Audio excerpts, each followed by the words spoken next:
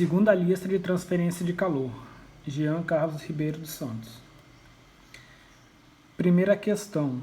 A primeira questão, iremos determinar a expressão, pede-se, na verdade, para determinar a expressão para distribuição de fluxo por substituição direta. Verificamos que a equação dada satisfaz a forma estacionária da equação da difusão de calor.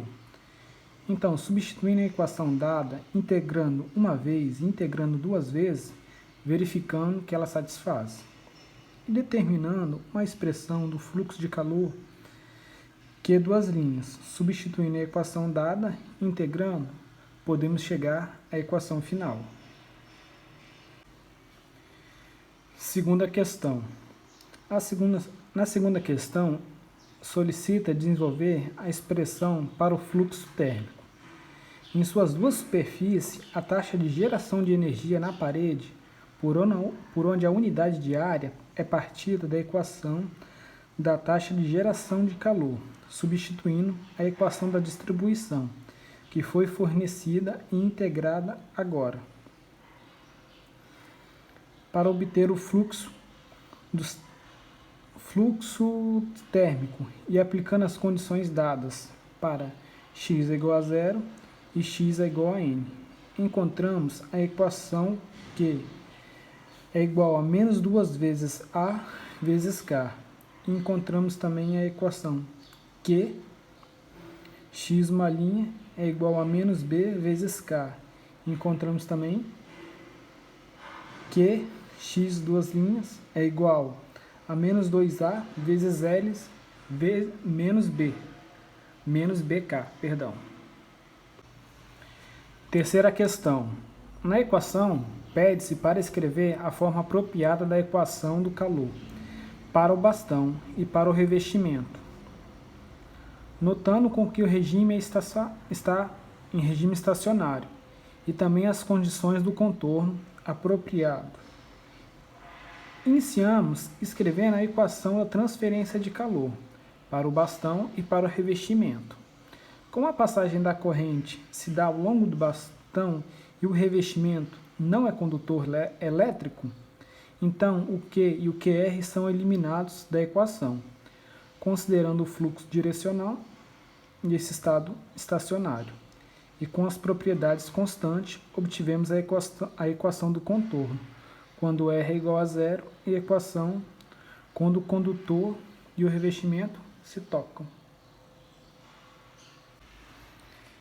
Questão número 4.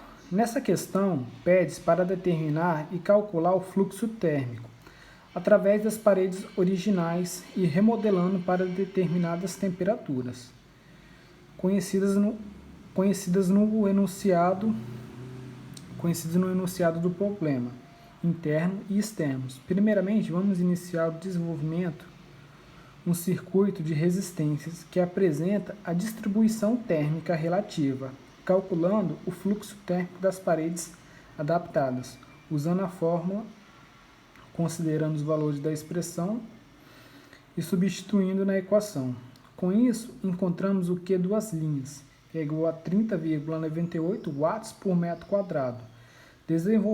Desenvolvendo novamente a distribuição das resistências para a parede plana, calculamos o fluxo da parede original, substituindo os valores fornecidos e encontramos o fluxo térmico final, que é igual a 85,7142 watts metros quadrados.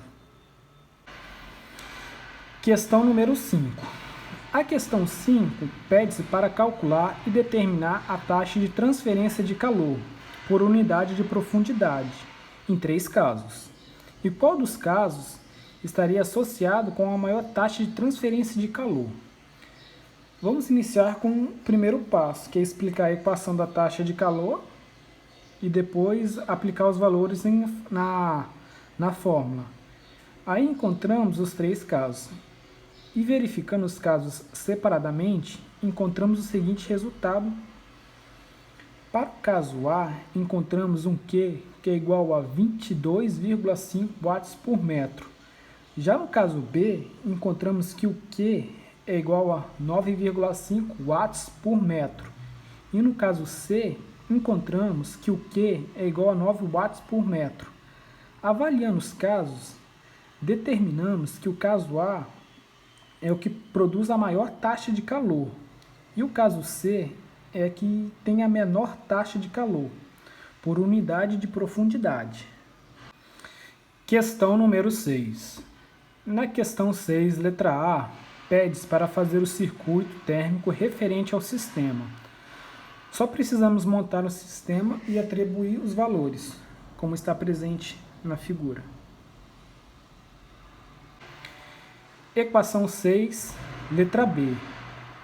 Nessa equação, pede-se que uma equação possa ser usada para determinar a temperatura do aquecedor.